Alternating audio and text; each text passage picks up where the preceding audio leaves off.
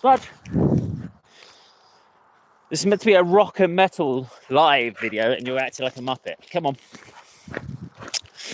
Okay, I've got Crazy Dog, and look, there's a cat chase. I don't know why I'm showing you pictures of my dog. I just don't do live, do we? Well, it was meant to be a casual just chat, updates, what's going on, thoughts about the world, why we don't do a lot of reactions, stuff like that. But I thought I'll do it while I'll take the dog out. And first thing we do is just as soon as I start, he runs into another dog. Just what we needed. I thought I'd get out early on Saturday. Right, let's see if I can get to a bit of a field where I can actually see what's going on and talk about everything that's going on in the ADK universe. It's a lot different to what we had planned for last year. So if you're watching this on catch up, you're getting this old bit where I'm not really saying much at the moment because we're waiting for people to kind of say, oh look, the ADK's gone live, I'll find out what that's all about. As it wasn't unplanned, this has been a very much unplanned live stream. But so for the next however long I'm on this live video, it's going to be talking about some of the stuff that's happened since last year. We did a live stream. Oh Christ, when did I do a live stream last? Probably on the ADK YouTube. It must have been close to a year ago, I guess, since we did a live stream. We had loads of plans going into 2025, like many people did. So we had the idea of doing a radio station, but the cost implication versus listener numbers. People just don't listen to radio. Digital radio is just a dead format. It'd be great if it was a great modern format and people used it, but with streaming platforms, people just don't. There's podcasts, guys. People do listen to podcasts. We did think about going down that route, but we're not really a podcast setup, and you need to do it as a regular thing. And again, we've all got personal lives within the ADK team, so that doesn't really work for us. So yeah, we kind of knocked the radios on the head at the start of the year, which was a shame, but was the right thing to do. And then obviously we set out for 2025 with these minimum of 12 shows. I think we ended up going up to about 14, 15 shows booked, great bands, but it's so much work. And this was, it was part of the reason we wanted to do it. Is we wanted to see how difficult it was. I can categorically say it is very difficult. There are lots of factors, and one of the biggest factors is the amount of people that are, or bands putting on shows, and the amount of people that can actually afford to go out to regular gigs. And it ain't constant ticket costs. Costs of going to a band, to watch a band, is relatively cheap. It's anywhere between £5 and £10 for local events, which is nothing when you compare it to bigger bands.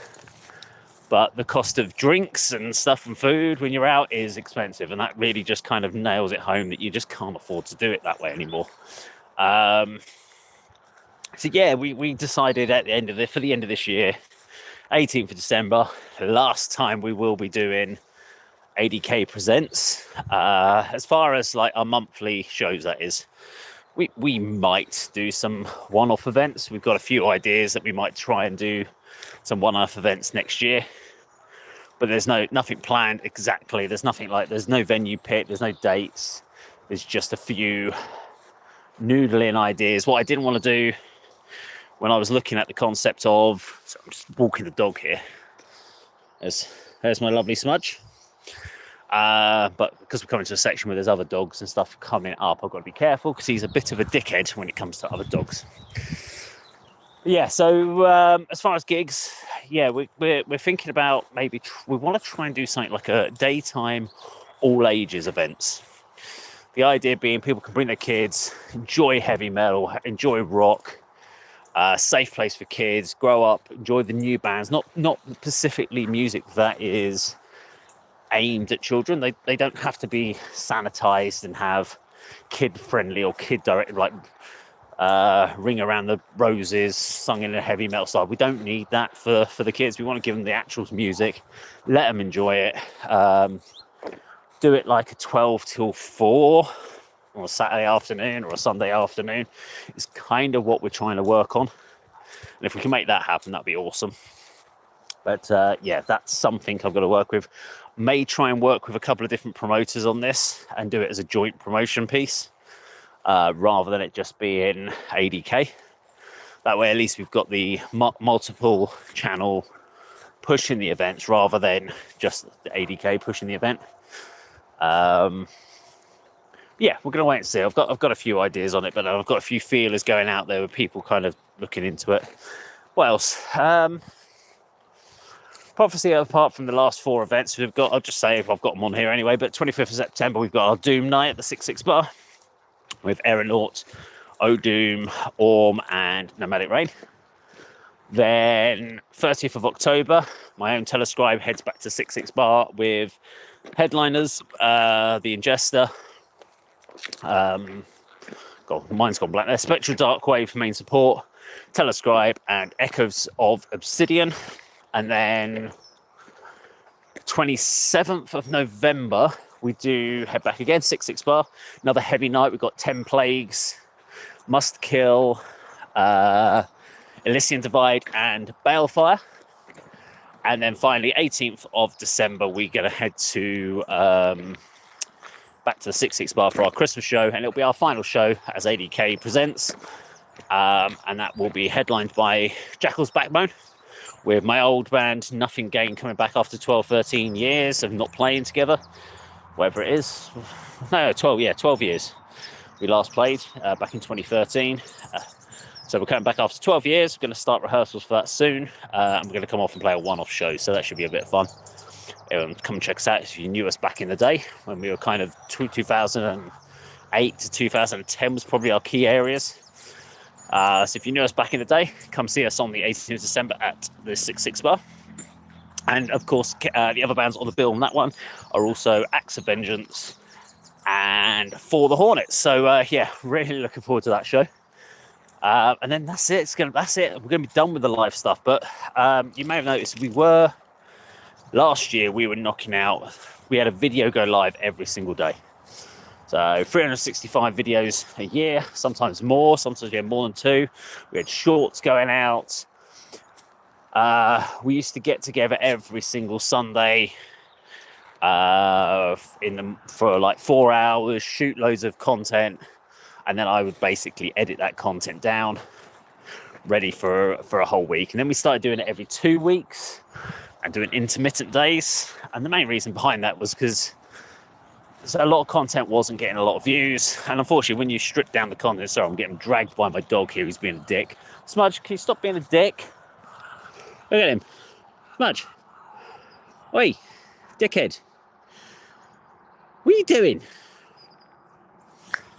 Freaking dogs. Nutcases. Anyway, yeah, so I get dragged at 6 o'clock in the morning. Luckily it's a sunny day, so I like that. What else are we doing? Yeah. So yeah, we stopped doing that. Then we started looking at reactions, and the problem we had with reactions is we were just getting criticised so much for the style of reaction we did, because we'd break the reactions down, we'd critique them from a personal point of view, which meant generally one of us didn't like the song. So if it wasn't our song, we would say we didn't like it because of whatever reason. We just would say it didn't feel heavy enough. And problem is with a lot of bands, when you critique a band, the people that are watching that reaction generally are fans of the band.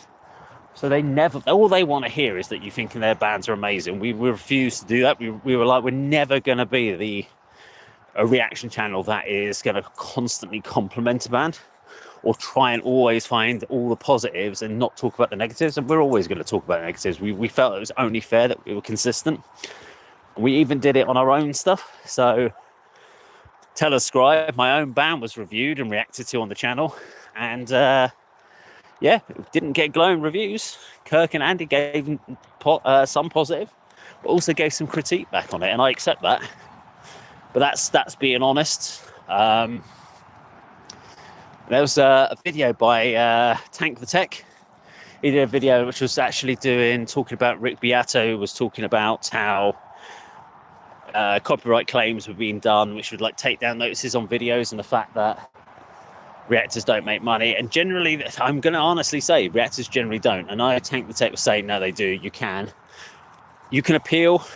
He's done it in an interesting way, because he's obviously reached out to the record labels, and they generally don't. Now, if you're like a small channel like us, we can't actually just reach out. We've not had the opportunity to build that relationship, so generally we get copyright claimed. And because we don't do the pause the video, dissect the video, rewind clips, only show shorts, so we actually just play the whole video and watch it from start to finish, then talk about it, because that's generally what people asked us to do.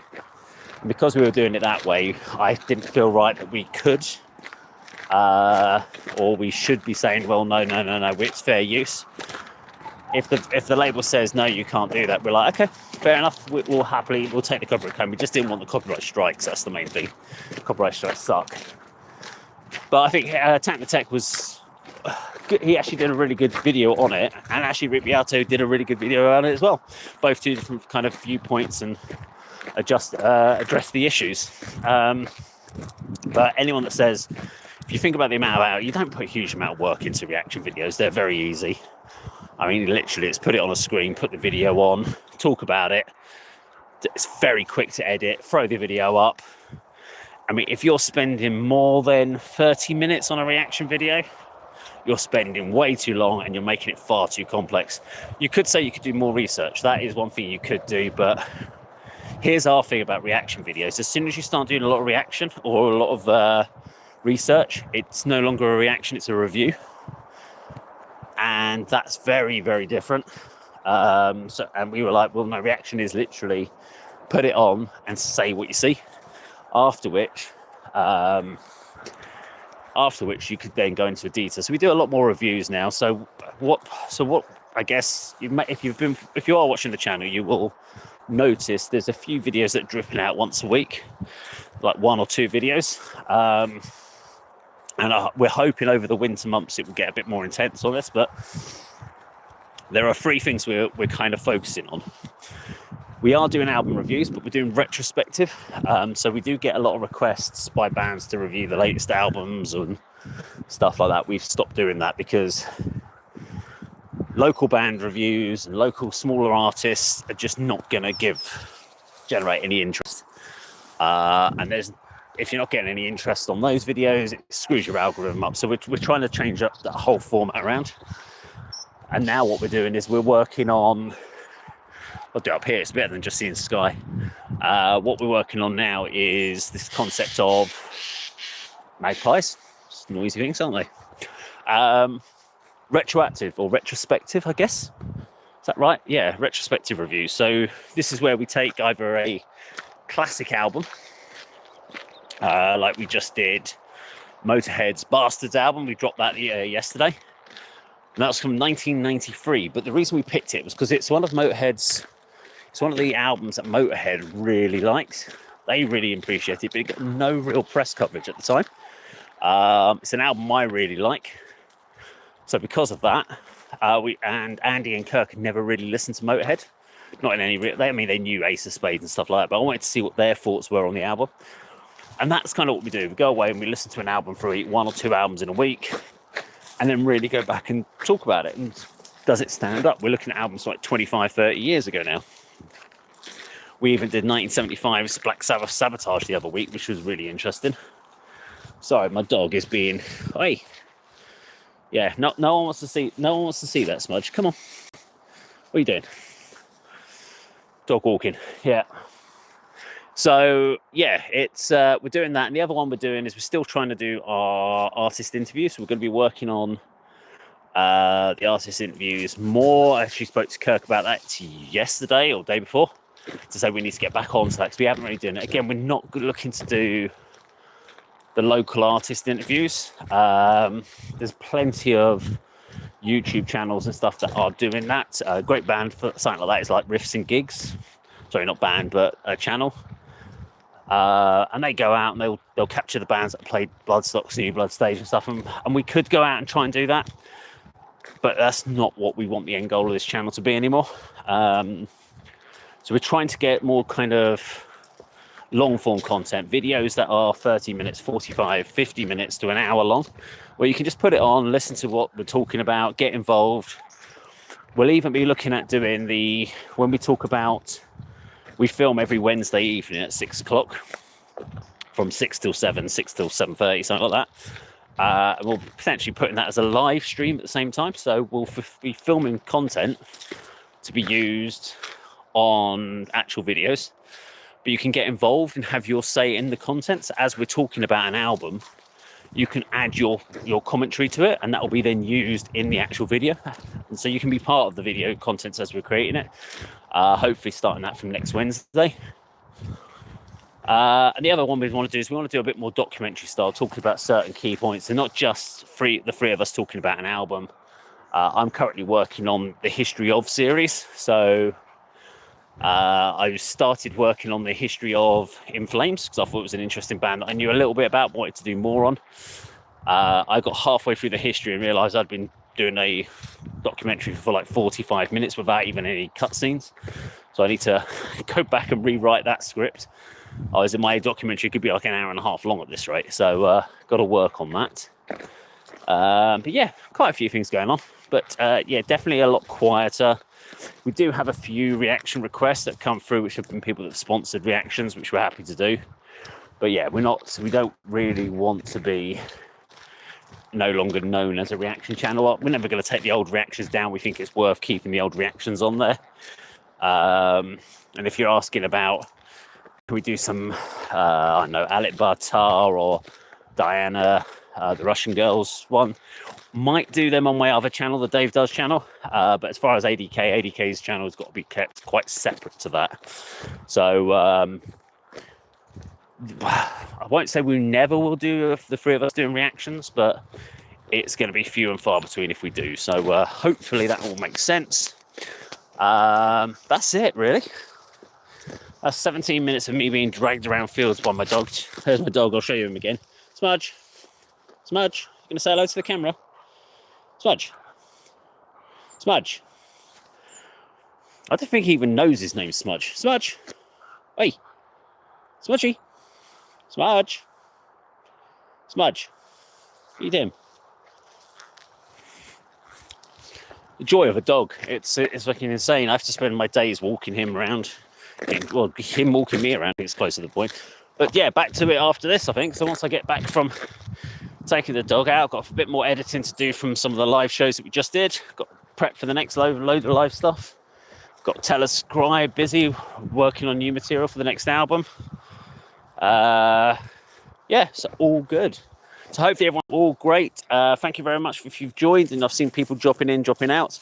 And if you're watching this on catch up, thank you very much and see you soon.